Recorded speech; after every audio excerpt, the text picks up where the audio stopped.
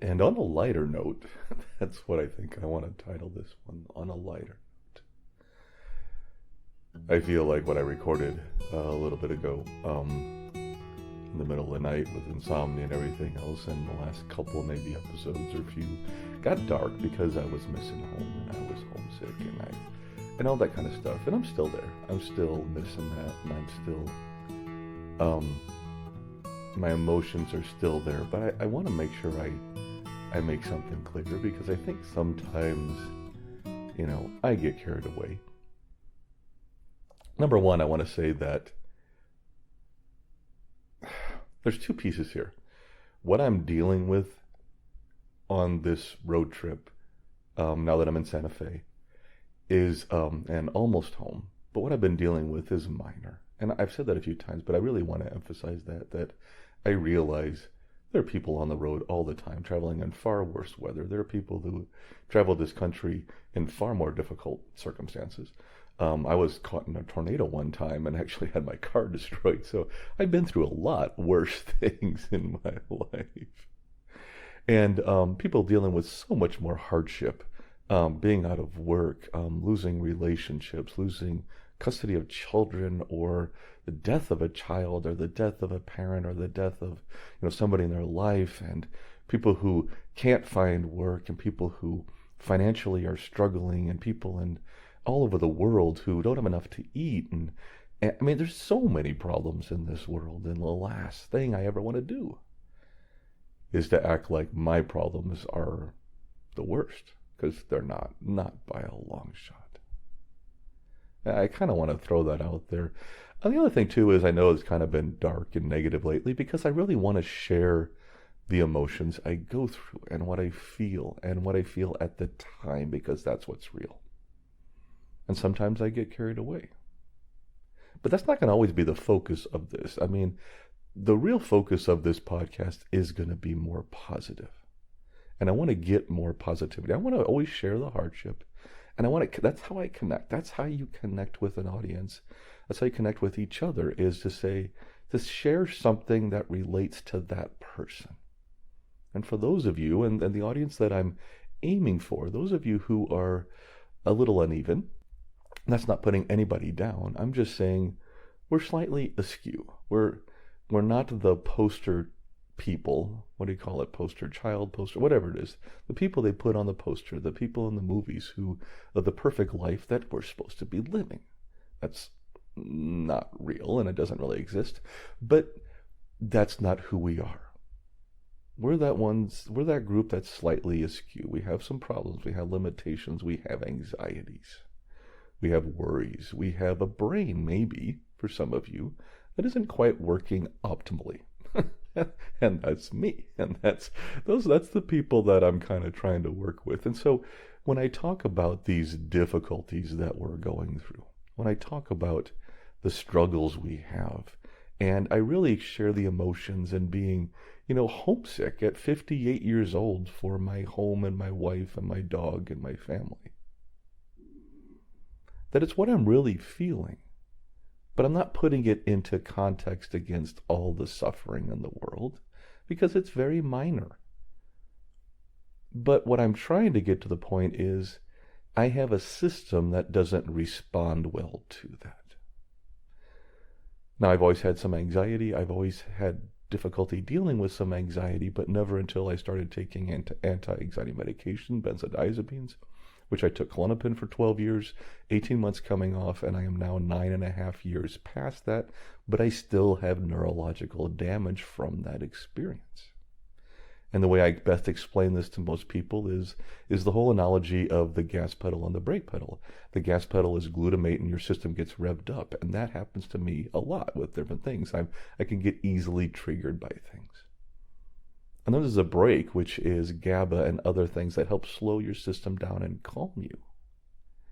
And for those of us with some neurological damage, it's like our brake line is cut. Like the brake, maybe not cut, but doesn't work as well. So we don't have the ability to calm ourselves when we get revved up. And thus the revving up builds on itself. And we get more and more anxious and more heightened and more sensitive to all the stimuli of the world. Yet we don't have the natural ability that doesn't work as well. I mean, I have the ability, but it doesn't work as well as it used to for calming all that down. Now, when I first came off those drugs, that was really extremely heightened. And I really couldn't calm myself. I've gotten better and I have improved. And I always want to make sure I emphasize that. I have gotten better. But since I got COVID a year ago for the third time and I got into long COVID, I had a setback. Things backed up a bit. And I'm now in a more heightened area. I know this is going to ease, and it already has started to ease and get some better. And part of that is by me returning to some of the practices, anxiety management techniques, and other stuff that I did in the first place that I had let go of. What I'm trying to say, though, is I'm sharing those emotions, I'm sharing those thoughts, I'm sharing the reality of that situation, of how somebody like me, who may not have an optimal nervous system reaction to normal world stimuli. Maybe that's the technical word I'm trying to use. But who doesn't have the brake pedal to calm himself as well as the average person. Some of mine is neurological. I have neurological damage, what we call bind in the benzo world, benzodiazepine-induced neurological dysfunction. I was part of the research team that identified that terminology, and I think it's appropriate, and from what we saw in the evidence, it really makes sense. Some people may disagree, and I totally get that. But I have seen so much evidence of this existing. It's a long-term neurological damage that happens to some people who have been on benzodiazepines for a long time. But what I'm talking about here is that for those of us who have a system or a mental process or a brain that doesn't respond well to anxious stimuli, it's harder for us. And I'm not using that to make an excuse. I'm not using that to get sympathy. I'm just saying we don't respond. So if somebody says, dude, you're 6 hours from home, you'll get there in 2 days, just get over it. I get that, and I even respect that attitude, because I do think taking responsibility for ourselves, taking a hard line, not hard line, but encouraging us to get better and manage how we respond is a good thing. And I want to talk about that here. That's a good thing to learn, how to take responsibility for yourself and how to get over these things and get through these things, and not to take a victim standpoint. That's the last thing I want to do. Okay, I just don't want to be there. That's not who I am. But I share what I go through because that's what connects with people. And that's what connects with or has connected at least, with my audience in the past. That's why I share some of those things that may seem trivial to other people who are saying, dude, you're in a hotel room, you have heat, you have food, you have a car, you got to wait an extra day to get home, you're on vacation. What the hell are you complaining about? And when I say that to myself, I'm like feeling really embarrassed. And I feel embarrassed sometimes. I mean, we all face that for being a 58-year-old man who's complaining about being homesick. What I'm sharing is how my body and mind react to the stimuli I went through of the long drive, of the icy road conditions, of unfamiliar territory, of all this stuff, and how we, as a group of people whose brains work differently, obsess about that and ruminate about that and can't find the off switch about that. And how much that can overtake our lives. This is real, and it's a real problem, and it's a difficult problem for millions upon millions of people. I'm not alone here. And that's why I share that is one of the things I want to approach, or one of the principles, I don't know, cornerstones, whatever, of this podcast, is to have compassion for people like me, or people a lot worse off than me, with anxiety, with obsessing ruminations, looping thoughts, with, possible nerve damage for some of us. Some of it's a chemical thing. Some of it's just the cause doesn't matter if it's really affecting your life, and to have some sympathy for that and compassion for that, because it can overtake your life, and it doesn't mean it's your fault. This has nothing to do with fault. It has everything to do with responsibility. I took benzodiazepines for 12 years, never once warned that it could cause physical dependence, never once warned about any complications that might happen afterwards. Is it my fault? Well, a little bit. I could have asked about this drug. I took it for 12 years. Why the hell did I not at least inquire about possible complications for a drug I took for 12 years? I don't know why I didn't. I just didn't. So I have a little bit of responsibility, or fault there. But a lot of it lies on doctors and pharmaceutical companies, and I have some anger there and have at times. But deciding the fault and blaming really doesn't get me anywhere. It does nothing to help me. It's natural, and I've done it, and I will do it again in many situations in my life, but stepping back and seeing that, what do I really want? And that is to accept where I'm at and figure out how to improve my life, how to get better.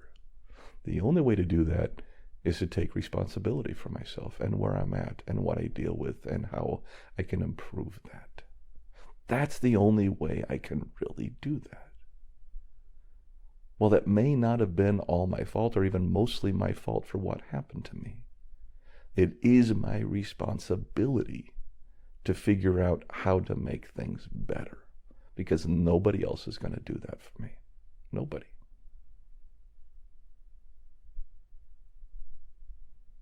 And that's what I want to focus on. At least that's one of the things I want to focus on in this. Is I've talked about before, I think in a conversation on one of the videos, was compassionate responsibility. It's just a term I made up.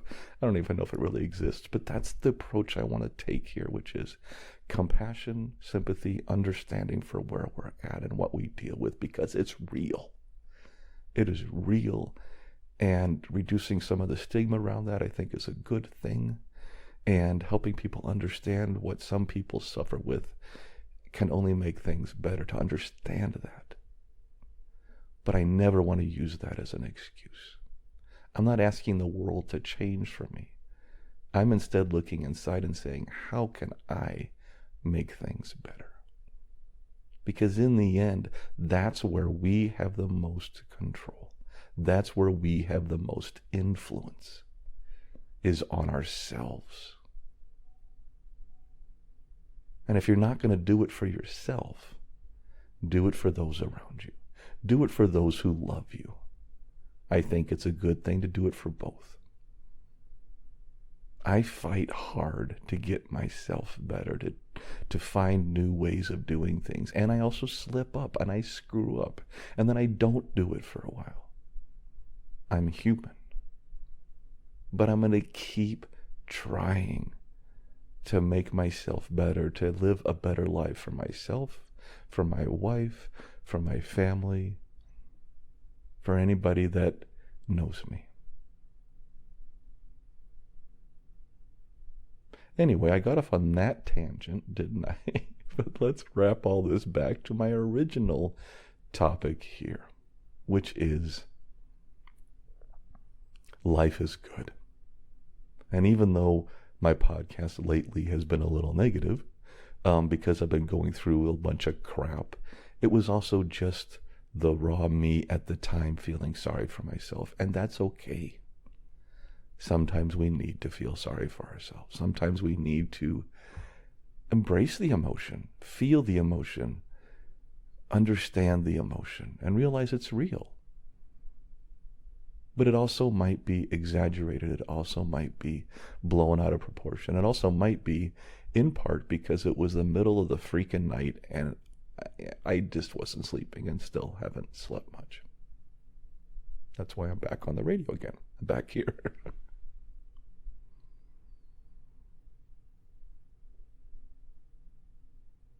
But there's a better way to deal with this, I think. And there is a positive thing here. And a lot of what we're going to talk about is positive.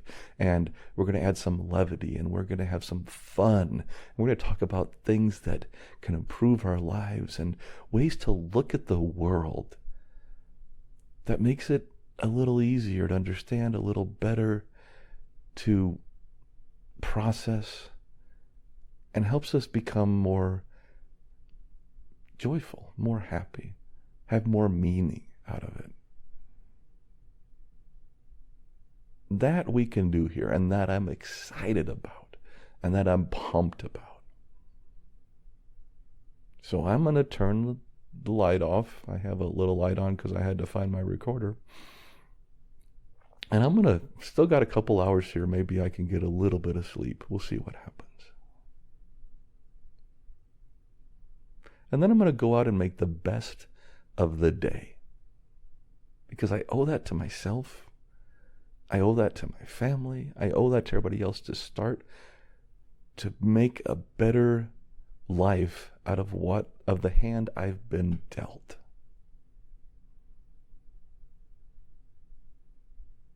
That is something I'd like to do. So anyway, thanks again for listening to me from this hotel room in Santa Fe, New Mexico. I'm glad you tuned in, and let's see where we go from here. I hope to be home in a couple days, and I really look forward to it. I'll talk to you soon. Hey, this is Dee. Thank you so much for stopping by and checking out our podcast. I do need to remind everyone that this podcast is for informational purposes only and should never be considered medical, psychological, or professional health advice of any kind. If you or someone you know is dealing with significant mental health issues, please seek professional help. Resources can be found in our show notes and on our website at unevenpodcast.com.